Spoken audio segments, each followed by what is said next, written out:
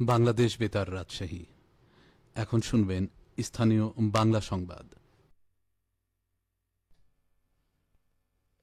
আসসালামু আলাইকুম। বাংলাদেশ বেতার রাজশাহী স্থানীয় সংবাদ পড়ছি আব্দুর রহমান মাসুম। রাজশাহীতে কারিগরি প্রশিক্ষণপ্রাপ্ত এবং শিক্ষিত বেকার তরুণ তরুণীদের জন্য চাকরির সুযোগ দিতে দিনব্যাপী ব্যতিক্রমধর্মী এক চাকরি মেলার আয়োজন করা হয়েছে।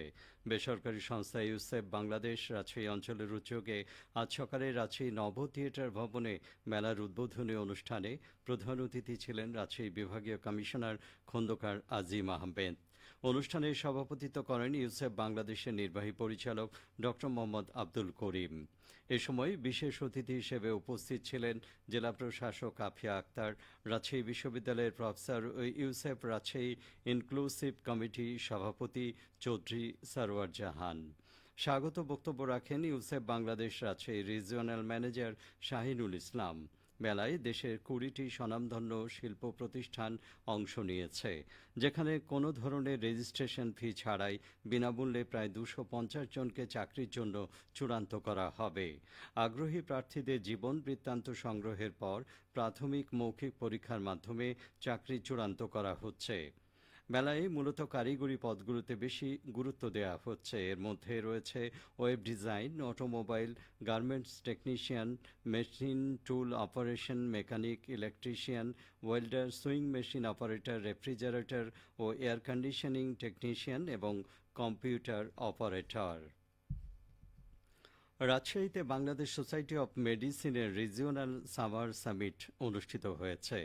আজ রাজশাহী মেডিকেল কলেজ হাসপাতালে ডাক্তার কায়সার রহমান মিলনায়তনে আয়োজিত অনুষ্ঠানে প্রধান অতিথি ছিলেন রাজশাহী মেডিকেল বিশ্ববিদ্যালয়ের উপাচার্য অধ্যাপক ডাক্তার মোহাম্মদ জাওয়াদুল হক।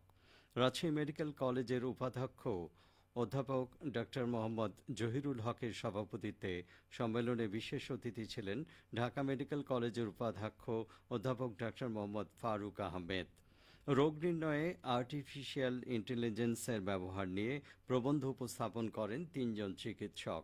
রিজিওনাল সামিটে চিকিৎসাবিদ্যায় কৃত্রিম বুদ্ধিমত্তা ভবিষ্যৎ দিক নিয়ে বিস্তারিত আলোচনা হয়। নাটোরের উত্তরা গণভবনে ফুটেছে বর্ষার বাহারি দুষ্প্রাপ্য ঝুমকলতা। গণভবনের ইটালিয়ান গার্ডেন এখন শতবর্ষী ঝুমকলতার প্রাণ পাগল করা গন্ধে সুরভিত। ঝুমকলতার রূপরস গন্ধ নিয়ে এখন শুনুন নাটোর জেলা সংবাদদাতার একটি প্রতিবেদন।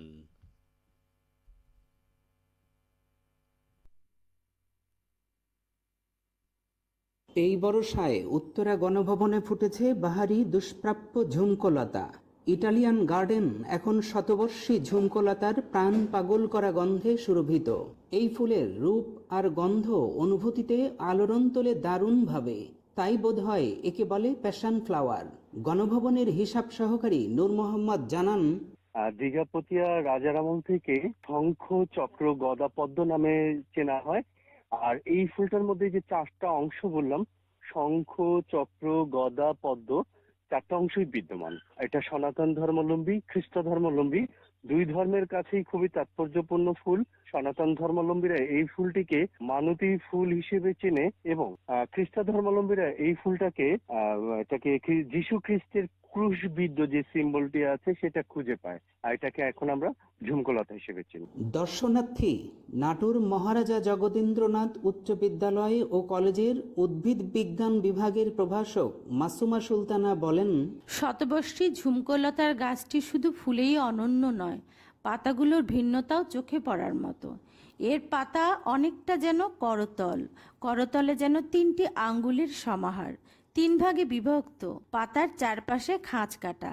আর ফুল মনে হয় গাঢ় বেগুনি আর সাদার বর্ণচ্ছটায় শতাধিক পাপড়ি। ফুলের কেন্দ্র জুড়ে হলুদ আভার 5টি পরাগরেণু, পরাগরেণুর ওপরে কলসির মতো ডিম্বাশয়। ডিম্বাশয় থেকে নির্গত গর্ভদণ্ডটি 3টি হলুদ বেগুনি রঙের গর্ভমুণ্ডে বিভক্ত। প্রায় 6 সেন্টিমিটার ব্যাসার্ধের এই ফুলের মিষ্টি গন্ধ প্রাণ পাগল করা। ঝুমকলতা ফুলের সাথে বৃষ্টির যেন মিতালি। এই বর্ষায় ঝুমকলতার এই স্নিগ্ধতা এখন উত্তরা গণভবনের বাড়তি আকর্ষণ। ফরাজি আহমদ রফিক বাবন, নাটোর জেলা সংবাদদাতা, বাংলাদেশ বেতার, রাজশাহী। টানা বর্ষণ ও উজান থেকে নেমে আসা ঢলে সিরাজগঞ্জে যমুনা নদীর পানি বৃদ্ধি অব্যাহত রয়েছে। চলতি সপ্তাহে এই পানি বৃদ্ধি অব্যাহত থাকতে পারে। সর্বশেষ ২৪ ঘন্টায় ১০ সেন্টিমিটার পানি বৃদ্ধি পেয়ে আজ সকালে শহর রক্ষা বাঁধ পয়েন্টে যমুনা নদীর পানি বিপদসীমার ১৪৮ সেন্টিমিটার নিচ দিয়ে প্রবাহিত হচ্ছিল। একই সময়ে জেলার কাজীপুর মেঘাইঘাট পয়েন্টেও ১০ সেন্টিমিটার বৃদ্ধি পেয়ে যমুনার পানি বিপদসীমার ১৭০ সেন্টিমিটার নিচ দিয়ে প্রবাহিত হয়।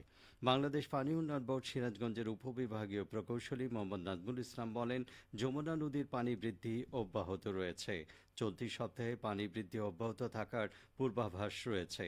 পানি বৃদ্ধি অব্যাহত থাকলে যমুনা নদী তীরবর্তী নিম্নাঞ্চল ও চরাঞ্চলে বন্যা পরিস্থিতি সৃষ্টি হওয়ার আশঙ্কা রয়েছে। খেলার খবর ফুটবল। নওগাঁর মান্দায় শুরু হচ্ছে উপজেলা প্রশাসন গোল্ড কাপ ফুটবল টুর্নামেন্ট ২০২৫। আজ সকালে বড়পই ফুটবল মাঠে আয়োজনের উদ্বোধন করেন উপজেলা নির্বাহী অফিসার শাহ আলম মিয়া। এ সময় জানানো হয়, টুর্নামেন্টে উপজেলার ১৪টি ইউনিয়ন থেকে একটি করে ফুটবল দল অংশগ্রহণ করছে। স্থানীয় কয়াপাড়া, কামারকুড়ি ও বড়পই মাঠ, এই দুটি ভেন্যুতে মোট ১২টি ম্যাচ অনুষ্ঠিত হবে। আজ অনুষ্ঠিত হবে প্রথম রাউন্ডের খেলা। ফাইনাল ম্যাচ অনুষ্ঠিত হবে আগামী মঙ্গলবার। উদ্বোধনী অনুষ্ঠানে উপজেলার বিভিন্ন সরকারি দপ্তরের কর্মকর্তা ও স্থানীয় গণ্যমান্য ব্যক্তিবর্গ উপস্থিত ছিলেন। সবশেষে আবহাওয়া। আজ রাজশাহীতে সর্বোচ্চ তাপমাত্রা ছিল ৩৪.২ ডিগ্রি এবং সর্বনিম্ন ২৬.৮ ডিগ্রি সেলসিয়াস।